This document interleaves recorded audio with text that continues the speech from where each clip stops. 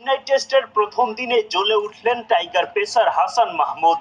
একে একে রোহিত শর্মা, শুভমন গিল, বিরাট কোহলির উইকেট এনে দিলেন বাংলাদেশকে। মাঠে থাকা সাকিব আল হাসান উল্লাসে মাতলেন হাসানকে নিয়ে, আর ধারাভাষ্য পক্ষে থাকা তামিম ইকবাল ভূয়সী প্রশংসায় ভাসালেন। বিরাট কোহলির উইকেট শিকার করা হাসানের বোলিংয়ে মুগ্ধ হয়ে তাকে ম্যাজিশিয়ান খেতাবও দিলেন তামিম ইকবাল খান। চেন্নাইয়ে এদিন ভারতীয় অধিনায়ক রোহিত শর্মার সাথে হাসান মাহমুদের লড়াই জমে ওঠে দারুণভাবে। দফায় দফায় চেষ্টার পর উইকেট তুলে শেষ পর্যন্ত জয় বাংলাদেশের হাসানের। টাইগার পেসারের বলে উইকেট হারিয়ে রীতিমতো হাঁসফাঁস করতে থাকেন ভারতীয় কাপ্তান। চেন্নাইয়ে এদিন টস জিতে আগে বোলিংয়ের সিদ্ধান্ত নেন টাইগার অধিনায়ক নাজমুল শান্ত। একাদশে 3 পেসার তাসকিন আহমেদ, হাসান মাহমুদ ও নাহিদ রানা।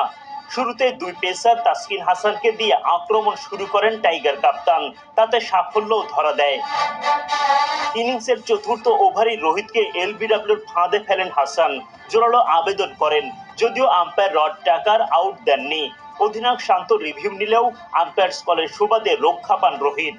হতাশা ভর করে টাইগার শিবিরে।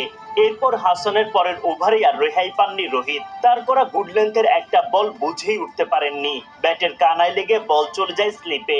দারুণভাবে ক্যাচটা লুফে নেন শান্ত। উল্লাসে ফেটে পড়ে বোলার হাসান সহ গোটা দল। রোহিতের পর উইকেটে আসা শুভমন গিলকেও টিকতে দেননি হাসান। প্রথমে এলবিডব্লিউর ফাঁদে ফেলার চেষ্টা করেন, তবে তাতে সাফল্য ধরা দেয়নি। তার পরের বলেই অবশ্য ইনসাইড এজ হয়ে উইকেটের পেছনে ধরা পড়েন লিটন দাসের হাতে। হাসান তুলে নেন তার দ্বিতীয় উইকেটটা।